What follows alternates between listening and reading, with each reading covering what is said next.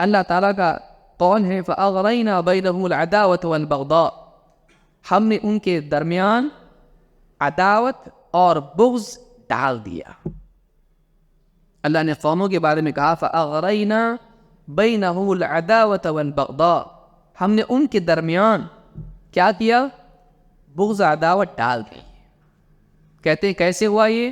کہتے ہیں الخصومات بالجدل فی الدین، کہتے ہیں الخصومات بالجدل فی الدین، دین کے معاملے میں حجت بازی کرنے کی وجہ سے ان میں آپس میں جھگڑے۔ آج مزاج ہمارا کیسا بنا ہوا ہے؟ وہ آدمی کہے کہ ایک حدیث ایسی سننے آئی اور یہ ایسا ایسا ہے، دوسرا آدمی فٹ سے اس کی بات کو رد کرنے کا مزاج لیے بیٹھا رہتا ہے۔ کوئی آدمی اگر کہے مثلاً کہ بھائی اچھی طرح وضو کرنا چاہیے، بات اپنی جگہ صحیح ہے، کیونکہ حدیث میں کیا ہے؟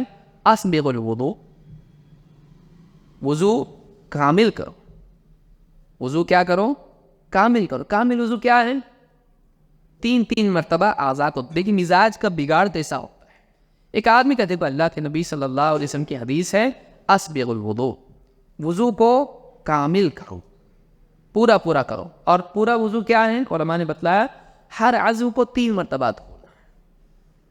اب یہ بیٹھا ہے، سنا اس نے بات اس کی، اب ظاہر بات ہے ایک آدمی نے حدیث بیان کی، لوگوں کے درمیان یہ کیا بن گیا؟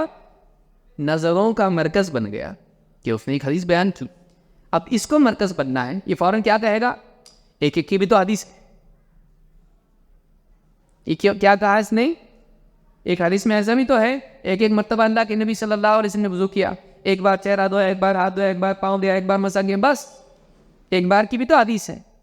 حالانکہ وہ بھی خود جانتا ہے 3 مرتبہ افضل ہے، وہ کامل ہے، کوشش اس کی کرنا چاہیے، لیکن خواہ مخواہ اپنے علم کا اظہار کرنے کے لیے اس کے مزاج میں بحث اور حجت ہے، اس نے یہ بیان کیا تو کیا چاہتا ہے؟ لوگ ایک ایک مرتبہ کریں؟ پھر رسول کا معمول کیا تھا؟ 1 مرتبہ یا 3 مرتبہ، جس کو آپ نے بتایا اس وجہ سے کہ کبھی ایسا بھی ہو سکتا ہے، تو اس کو اصول بنانا چاہتا ہے۔ حضرت عائشہ کی حدیث کو بیان کرے، اللہ کے نبی صلی اللہ علیہ وسلم بیٹھ کے استنجا حاجت سے فراغت کرتے تھے، معمول نہیں ہے۔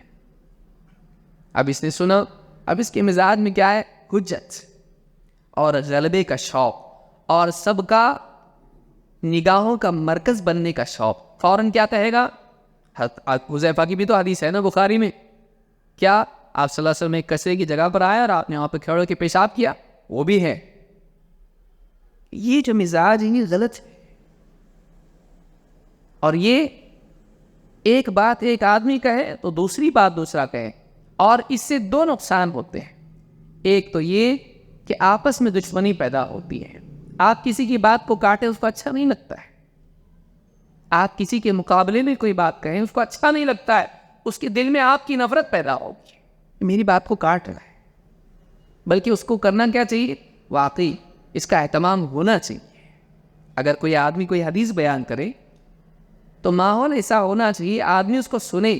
بعض سلف کہتے ہیں کہ کوئی آدمی میرے سامنے ایک حدیث بیان کرتا ہے اور میں اس کو اس طور پر سنتا ہوں گویا کہ میں نے زندگی میں پہلی بار سنی ہے، حالانکہ اس کے پیدا ہونے سے پہلے میں نے حدیث سنی ہو، میں نے اس وقت وہ حدیث سنی تھی جب یہ پیدا بھی نہیں ہوا۔ کیا جائے گا آپ کا؟ اگر ایک آدمی کوئی دین کی بات کرے آپ اس کو سن لیں بھائی، لیکن آدمی کے اندر جو اکڑ ہوتی ہے، انا ہوتی ہے، اور ظہور کا شوق ہوتا ہے، ظاہر ہونے کا جو شوق ہوتا ہے، جلبے کا شوق ہوتا ہے، بات پوری نہیں سنتا ہے۔ جیسے کوئی عالم حدیث بیان کرنے لگی، حدیث میں انما الاعمال بالنیات، یہ پورا اس کے سامنے بیان، وانما لکل امرئ ما نوی، اس کی بات بھی پوری کرنے نہیں دے گا۔ کیوں؟ تو بتانا چاہتا ہے معلوم آدمی کیا کرتا ہے، بہت سے لوگ آپ ایک حدیث میں ایسا آیا ہے تو کہ ہاں معلوم ہے، پڑھا بہت بار پڑھا، میں نے پہلے جو پڑھا تھا، میں آج سے 15 سال پہلے پڑھا تھا۔ کیوں؟ یہ بیماریاں ہیں بھائی، یہ بیماری ہے۔ سب سے بڑا بیمار وہ ہے جو اپنی بیماری نہیں جانتا ہو، سب سے برا بیمار وہ ہے جو اپنی بیماری نہیں جانتا۔ اپنی بیماری جاننا علاج کا پہلا قدم ہے۔ ایک آدمی جانے یہ نہیں ہونا چاہیے.